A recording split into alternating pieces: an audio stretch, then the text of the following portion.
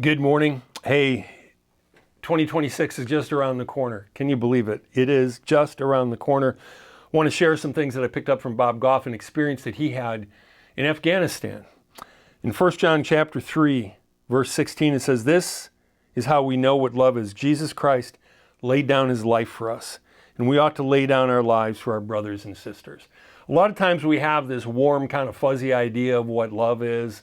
And it's, pretty music and, there's romance and stuff like that. But the bottom line is that when Jesus wanted to show his love to us, he left his heavenly kingdom and came down to earth, and he literally laid down his life for us. I love to challenge people. Name one selfish thing Jesus did. What did Jesus do for himself? That 401k that he had, not that that would have been selfish, but he didn't plan that. He didn't have a house. He didn't have a car. He didn't have a chariot. He didn't have a wife. He didn't have kids. He did everything for everybody else. Well, Bob says he was in Afghanistan. It was a time of unrest, and he was in an open-air market, and they were trying to get him some traditional garb, okay? And because he was sticking out like a sore thumb. And so as they were waiting for the tailor, a couple of the locals dropped by and noticed him, and then there was 20, and he said then there were 50 encircling him, and he hadn't thought about it much beforehand. But the current climate at that time, it was not really the safest place to be. And he realized in that moment that he was in the wrong place and definitely at the wrong time. Quickly figuring out the trajectory of where this is going and how it might go, his friend grabbed him, I get the idea, it's a national, by the wrist, and like a college linebacker, just plowed through the crowd, and they ducked around a corner, and they're both got this nervous laughter going. Once they were in a safe place, they finally just realized what they had just averted. And he told his friend how impressed he was at how he unflinchingly pursued a solution to what could have been a really bad problem. He loved him. And see, that's what love does. Sometimes laying down our lives means standing up for someone else. It means standing up and putting ourselves with them in harm's way. Who is it that you can stand beside today in their difficulties? Who do you know that's going through something difficult? If you just take that as like someone's going through something difficult, reach out to them.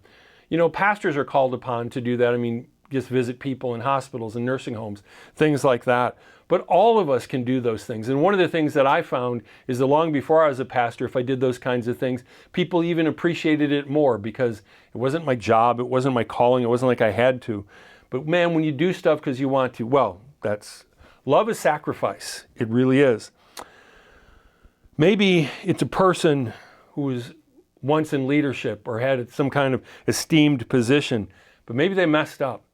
Sometimes people need to know that somebody cares when they lose. I remember when we were in the city in Lincoln Park, and there was a church up in Wisconsin, and it was a church plant. We were a church plant, and it didn't make it. And they were closing up, and there was a lot of expenses and a lot of other things. And everybody wants to get behind the church plant when it's the baby, it's the dream, and everything's going to happen. And I remember when our church agreed, yeah, we want to send a financial gift to that couple because their dream is falling apart. Just to me, that's the kind of stuff that the Holy Spirit prompts us to do, really does.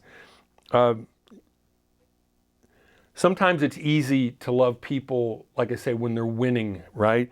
When they're the popular ones, the fun ones, the kind ones. But who can you reach out to today? Who is someone in your world that you reach out to them with no agenda? And I just love to say this. Sometimes Heidi and I will have people over. I've done different things, and then I joke about 45 minutes in, well, let's do this, and then we'll have the Amway presentation. It's just an old joke. Nothing against Amway unless you ambush people, and that's what happened to me. I had no idea somebody invited me over for a dinner to try to sell me a program. And you know what, though? When people don't have an agenda, they just love you, you know it, and you feel it, and it changes you. So do that. Love people without an agenda. Be willing to sacrifice and be willing to stand up for somebody who needs it today. God bless you. Have a great one.